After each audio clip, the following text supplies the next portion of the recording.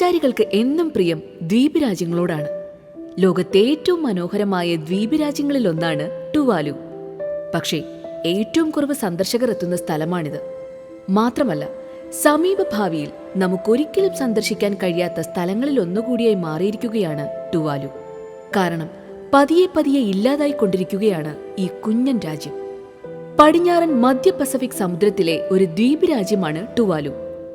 ഹവായിക്കും ഓസ്ട്രേലിയയ്ക്കും ഇടയിലായി സ്ഥിതി ചെയ്യുന്നു. ഒരു ലഗൂണിനെ വലയം ചെയ്യുന്ന വളയത്തിന്റെ ആകൃതിയിലുള്ള പവിഴപ്പുറ്റിലാണ് ഈ രാജ്യം ഇരിക്കുന്നത്. ജനസംഖ്യയുടെ കാര്യത്തിൽ ലോകത്തിലെ ഏറ്റവും ചെറിയ രണ്ടാമത്തെ രാജ്യമാണ് ടുവാലു. മൊണോക്കോ, നൗറു, വത്തിക്കാൻ എന്നിവയ്ക്ക് ശേഷം വലിപ്പത്തിന്റെ കാര്യത്തിൽ നാലാമത്തെ ചെറിയ രാജ്യം എന്ന ബഹുമതിയും ടുവാലുവിനുണ്ട്. 12,000-നടുത്ത് മാത്രമാണ് ടുവാലുവിലെ ജനസംഖ്യ.